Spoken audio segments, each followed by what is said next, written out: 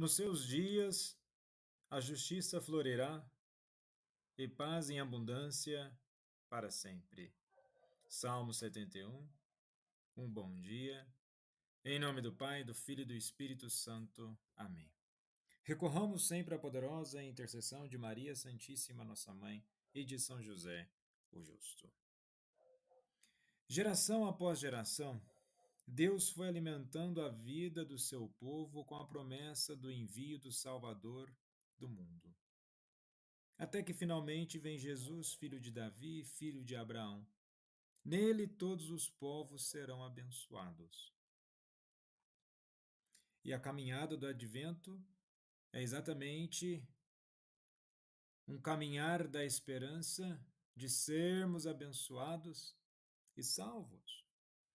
Na primeira leitura de hoje do livro do Gênesis, capítulo 49, versículo 2 e versículos 8 ao 10, faz parte das últimas palavras de Jacó antes de morrer. Ele reúne seus 12 filhos e profere bênçãos e profecias que descrevem o futuro das tribos de Israel.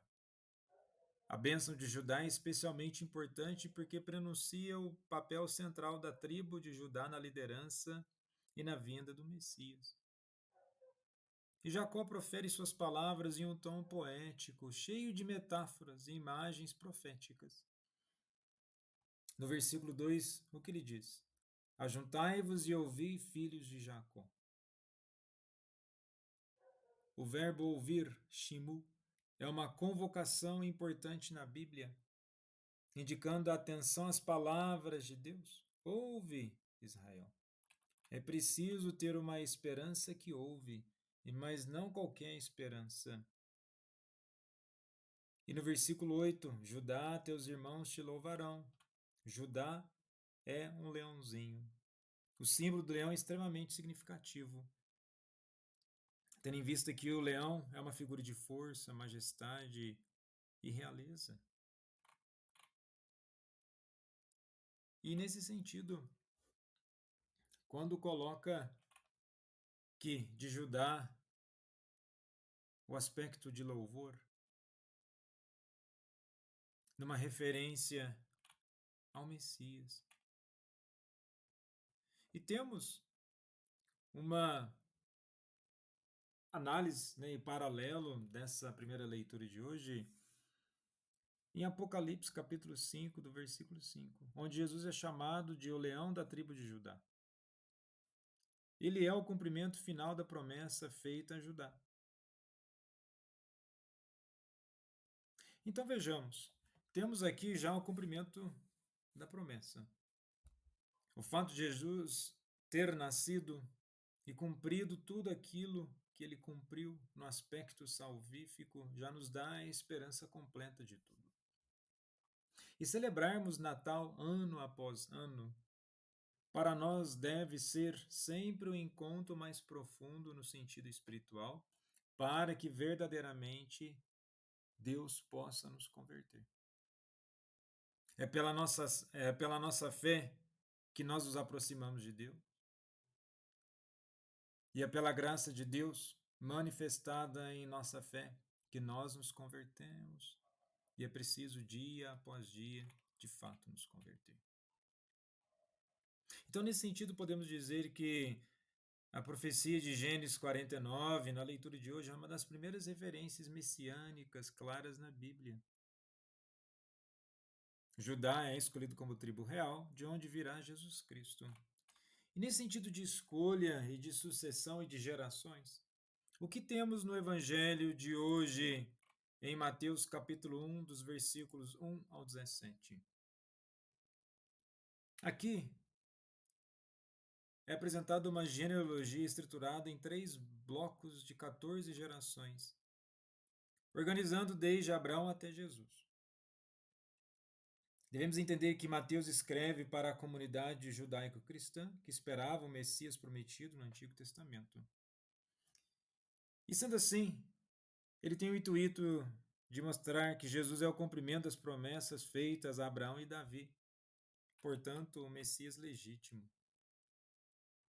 E para os judeus, as genealogias eram essenciais para confirmar a descendência de uma pessoa, a continuidade das promessas divinas. E aqui a genealogia de Jesus comprova que ele é filho de Davi, promessa de um rei eterno, conforme está no segundo livro de Samuel, capítulo 7, dos versículos 12 ao 16, e filho de Abraão, cumprimento da promessa de bênção a todas as nações, Gênesis 12, versículo 3. E nesse sentido, nessa organização dos três grupos de 14 gerações, nós temos o primeiro grupo de Abraão a Davi, as origens do povo de Israel, de Davi até o exílio, a época dos reis e a queda de Judá, e do exílio até Jesus, a restauração e o nascimento do Messias. O número 14 é simbólico, pois corresponde ao valor numérico do nome Davi. E assim Mateus enfatiza a realeza de Jesus. Filho de Davi, Jesus é o rei prometido. Filho de Abraão, Jesus é o herdeiro da promessa de bênção universal. Interessante que essa genealogia traz uma dimensão da participação de Deus na história da humanidade. Afinal de contas, a salvação não se dá de uma forma mágica, do nada, mas sim na inclusão, na história, e essa inclusão há a manifestação da misericórdia divina. E também devemos entender que tal genealogia traz a dimensão do ser humano que em Cristo é nova criatura. Ou temos a dimensão da nova criação em Cristo. O livro da origem nos lembra que em Jesus somos uma nova criação, conforme a segunda carta aos Coríntios, capítulo 5, do versículo 17. Então, essa lista de nomes não é apenas uma lista qualquer, mas uma declaração teológica poderosa. Jesus Cristo é o Messias, o Rei prometido e o cumprimento das promessas de Deus. A genealogia revela o plano divino de salvação que se estende a todos os povos e convida-nos a reconhecer Jesus como Senhor de nossas vidas. Nesse sentido, novamente, a caminhada do advento é de esperança, mas uma esperança de salvação. Daquele que é, daquele que sempre será o Senhor de nossas vidas e que pode fazer nova todas as coisas. Jesus, manso e humilde de coração, fazei o nosso coração semelhante ao vosso.